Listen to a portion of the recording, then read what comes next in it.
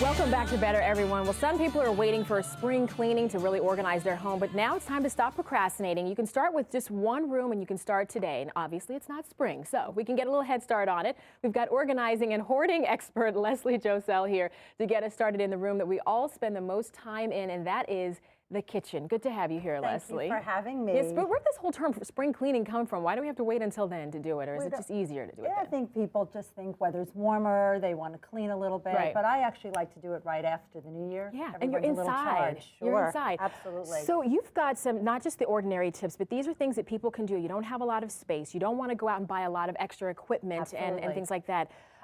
Some people will just throw equipment in the storage, in the cabinet, and then you have no room for anything else. And there's a better way to go about organizing that, right? Absolutely. The other thing is you want to be able to find what you own. Yeah. I want to cut down on the clutter. Exactly. And I also don't want anybody buying more than they need to buy. Okay. So a few things that are very easy to do at home is, the first thing is to group like with like. Okay. I like to tell people that when you're organizing your kitchen, to think like a library.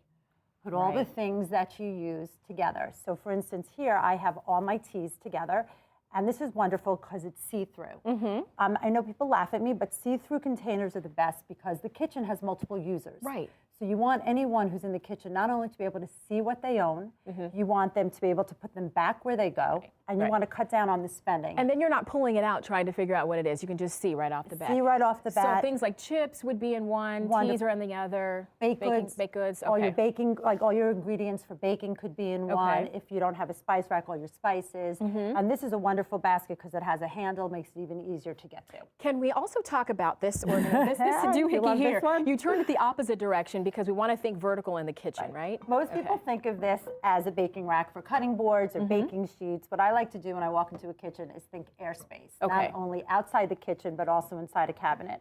So we take this, we flip it on its side, we nail it to the cabinet, and then what we have is a tiered stacker for small pots, pans, even the lids. Saves a lot of space. Saves a lot of space, and you're not grabbing for that bottom pot and having to move 10 that are on top of it. Over here on the end, you have what's a shoe rack. You're using this in the pantry? In the pantry. Again, one of the most underutilized areas of the kitchen is the back of the pantry door. Most people think of a shoe rack or a shoe bag actually as something you might even use in the hall closet or obviously in the bedroom.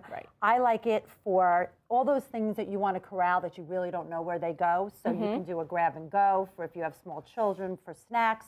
If you want your first aid items a little bit higher up so people can't get to them. And then you get rid of the boxes that these come in, and then that saves some space Absolutely. too, right? They take up, and again, if you notice, I have a theme going, everything is clear. Yes. Okay, speaking of themes, let's mosey back on over here. Moving on. And we're going to talk about what you can use in the refrigerator. This Lazy Susan doesn't just have to stay in the cabinet, No, right? absolutely. How many things do we have in the back of the fridge we never see again? Old salad dressing, old condiments. I love this one because it's tiered, and again, it's also adjustable. So again, maximizing our vertical space.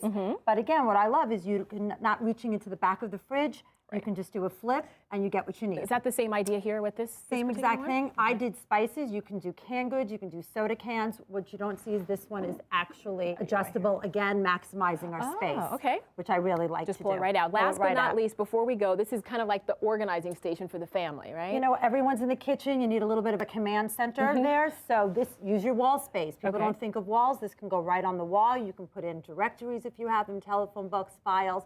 And then you can use magnets right on for notes, for any messages, anything you need. Everybody needs a Leslie in their life. Everyone needs one. Thank you so much. Really appreciate it. My pleasure. All right, if you want to get more information on how to organize every single room of your home, you can log on to our website, bettertv.com, and then click on the link.